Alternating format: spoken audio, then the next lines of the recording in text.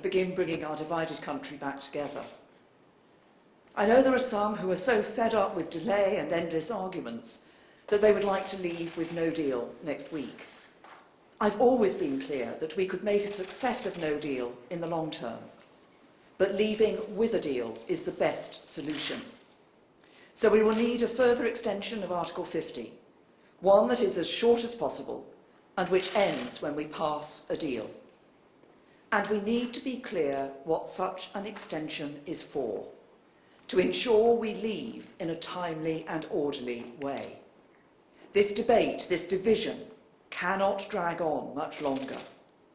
It is putting members of Parliament and everyone else under immense pressure, and it is doing damage to our politics.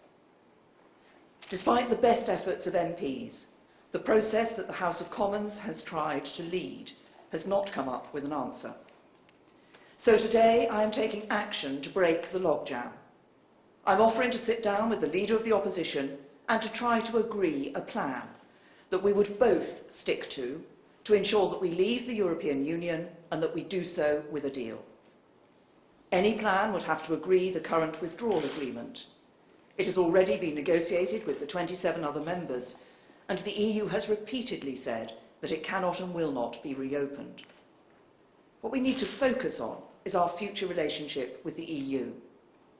The ideal outcome of this process would be to agree an approach on a future relationship that delivers on the result of the referendum, that both the Leader of the Opposition and I could put to the House for approval, and which I could then take to next week's European Council. However, if we cannot agree on a single unified approach, then we would instead agree a number of options for the future relationship that we could put to the House in a series of votes to determine which course to pursue. Crucially, the government stands ready to abide by the decision of the House. But to make this process work, the opposition would need to agree to this too. The government would then bring forward the withdrawal agreement bill.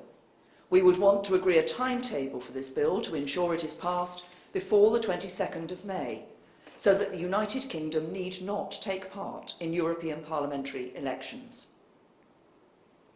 This is a difficult time for everyone. Passions are running high on all sides of the argument.